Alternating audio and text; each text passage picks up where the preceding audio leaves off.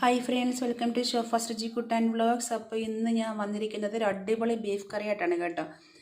അപ്പം നല്ല super tasty ആയിട്ടുള്ള അതേപോലെ നല്ല തിക്ക് ഗ്രേവി ആയിട്ടുള്ള ബീഫ് കറിയാണ് ചെയ്തിരിക്കുന്നത്. അപ്പോൾ അതെങ്ങനെയാണ് ചെയ്ത് നോക്കാം. നമ്മുടെ പൊറോട്ടയ്ക്കും ഫ്രൈഡ് റൈസിനും ചോറിനും എല്ലാം ഒരേപോലെ അടിപൊളിയായിട്ടൊരു ബീഫ് കറിയാണ്.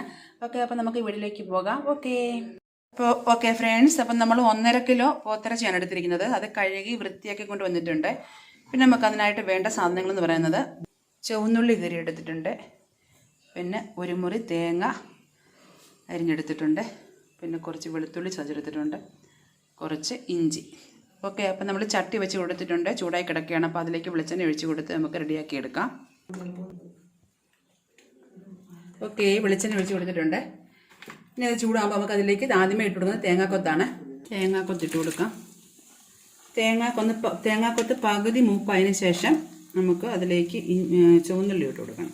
ഓക്കെ, ഇത് നമ്മൾ ചക്ക വറുത്ത ചീനച്ചട്ടിയായിരുന്നു കേട്ടോ. അപ്പോൾ അതിൽ നമ്മൾ സൺഫ്ലവർ ഓയിൽ ഒഴിച്ചിട്ടാണ് ചക്ക വറുത്തെടുത്തത്. അപ്പോൾ അതിൻ്റെ ഒരു അല്പം എണ്ണ ഉണ്ടായിരുന്നു. അപ്പോൾ അതുകൊണ്ടാണ് നമ്മുടെ വെളിച്ചെണ്ണ ഒഴിച്ചപ്പോൾ ഇങ്ങനെ പതഞ്ഞ് വരുന്നത്. അത് കുഴപ്പമില്ല. തേങ്ങ നമുക്ക് പകുതി മൂപ്പായിട്ടുണ്ട്. ഇനി നമുക്ക് ഇതിലേക്ക് ഉള്ളി അങ്ങിട്ട് കൊടുക്കാം.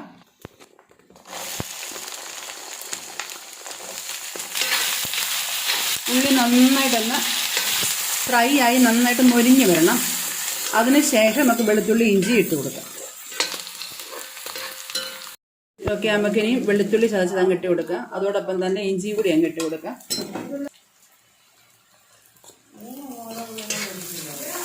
നമുക്ക് കുറച്ച് മഞ്ഞൾപ്പൊടി ഇട്ട് കൊടുക്കാം. ഓക്കെ ഫ്രണ്ട്സ്, അപ്പം നമ്മുടെ ഉള്ളി ഇഞ്ചിയും വെളുത്തുള്ളിയൊക്കെ നന്നായിട്ട് മൂത്ത് വന്നിട്ടുണ്ട്. ഇനി നമുക്ക് ഇതിലേക്ക് ആവശ്യത്തിന് വേണ്ട മുളക് പൊടിയൊക്കെ ഇട്ട് കൊടുക്കാം. 2 3 ഞാനിപ്പോൾ ഒരു 3.5 ടേബിൾ സ്പൂൺ മുളക് പൊടിയാണ് ഇട്ട് കൊടുത്തിരിക്കുന്നത്. നമുക്ക് മല്ലിയും അതുപോലെ തന്നെ ഒരു 2.5 ടേബിൾ സ്പൂൺ ഇട്ട് കൊടുക്കാം.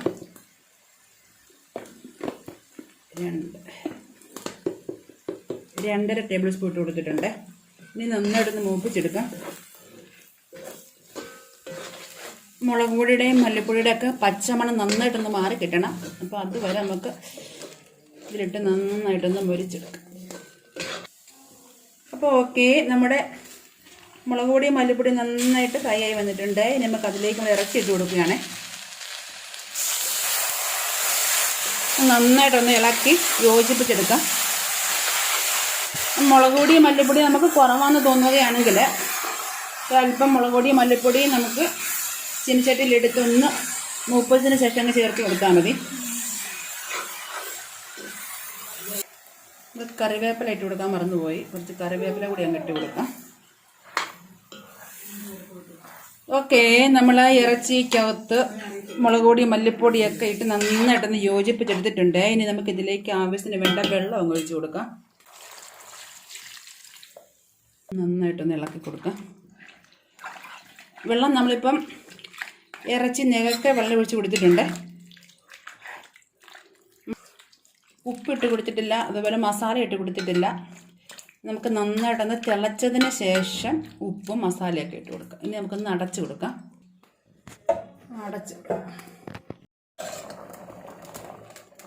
നമ്മുടെ ഇറച്ചിയുടെ അടപ്പ് നമുക്ക് മാറ്റി നോക്കാം. നന്നായിട്ട് തിളച്ചിട്ടുണ്ട്. ഇനി നമ്മൾ ഇതുവരെ ഉപ്പിട്ട് കൊടുത്തില്ല, നമ്മുടെ മസാല ഒന്നും ഇട്ട് കൊടുത്തിട്ടില്ല. അപ്പോൾ ഓക്കെ, നമുക്ക് നമ്മുടെ ഇത് പെരുംജീരകം, തക്കോലം, നമ്മുടെ കറുകാപ്പട്ട, ഗ്രാമ്പു ഇതെല്ലാം കൂടെ പൊടിച്ചെടുത്തതാണ്. നമുക്ക് കുറച്ച് കായപ്പൊടി ഇട്ട് കൊടുക്കാം. നമുക്ക് കുറച്ച് ഉപ്പ് ഇട്ട് കൊടുക്കാം. ഒന്ന് ഇളക്കി കൊടുക്കാം. നമുക്കങ്ങ് അടച്ച് കൊടുക്കാം. ഇനി നമുക്ക് നമ്മുടെ ഇറച്ചി 1 മണിക്കൂർ കഴിഞ്ഞ് നോക്കാം. ഓക്കെ ഫ്രണ്ട്സ്, അപ്പം നമ്മുടെ ഇറച്ചി എന്തായി നോക്കാം. വെള്ളമൊക്കെ ഒത്തിരി പറ്റി വന്നിട്ടുണ്ട്. ഉപ്പൊന്നും നോക്കിയില്ല, ഉപ്പിട്ടിട്ട് പോലെയുള്ളൂ.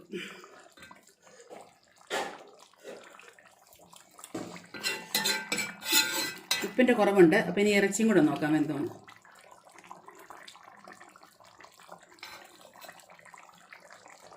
നമുക്ക് കുറച്ച് ഉപ്പ് ഇട്ട് കൊടുത്ത് കുറച്ച് വെള്ളം ഒഴിച്ചു കൊടുക്കുക. ഇത് നല്ല തിളച്ച വെള്ളമാണ് കേട്ടോ. നല്ല വെന്തിട്ടില്ല ഇറച്ചി. ചെറിയ വെള്ളത്തിൽ 2 ഗ്ലാസ് വെള്ളം ഒഴിച്ച് കൊടുത്തിട്ടുണ്ട്. അപ്പോൾ ഒന്നും കൂടെ ഒന്ന് ഇളക്കി ഒന്ന് അടച്ചു കൊടുക്കാം. ഓക്കെ, അപ്പം നമ്മുടെ ഇറച്ചിയുടെ പരുവം നോക്കാം.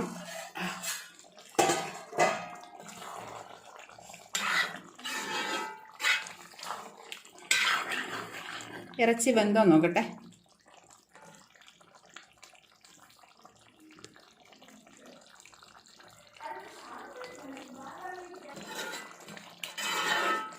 ഓക്കെ, ഇറച്ചി നന്നായിട്ട് വെന്തിട്ടുണ്ട്. അപ്പോൾ ഇനി നമുക്ക് അടപ്പിൽ നിന്ന് വാങ്ങി വയ്ക്കാം. ഇനി നമുക്ക് ഇതിനകത്ത് കടു വറുക്കണം. അപ്പോൾ അതുകൂടെ നമുക്ക് ചെയ്യാം. കുറച്ച് വെളിച്ചെണ്ണയൊക്കെ ഒഴിച്ച് കൊടുക്കാം. എണ്ണ ചൂടായിട്ടുണ്ട്. അപ്പം നമുക്ക് കടുക് ഇട്ട് കൊടുക്കാം. ഓക്കെ, കടുകെല്ലാം പൊട്ടിയിട്ടുണ്ട്. അപ്പോൾ നമുക്ക് കൊച്ചുള്ളി അരിഞ്ഞിട്ട് കൊടുക്കാം. നമുക്ക് കുറച്ച് വറ്റൽമുളക് കൂടി ഇട്ട് കൊടുക്കാം. കുറച്ച് കറിവേപ്പില. ഇതൊന്ന് നന്നായിട്ടൊന്ന് മൂപ്പിച്ചെടുക്കാം.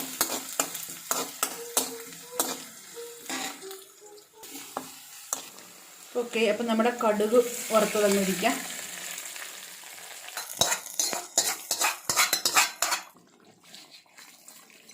അങ്ങനെ നമ്മുടെ പോത്ത് കറി റെഡി ആയിട്ടുണ്ട്.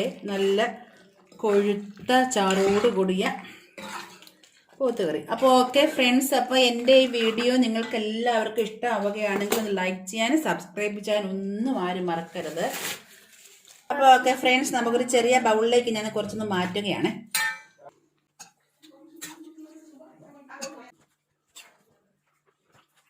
ഇതിലേക്ക് കുറച്ച് മല്ലിയില വിതറി കൊടുക്കാം.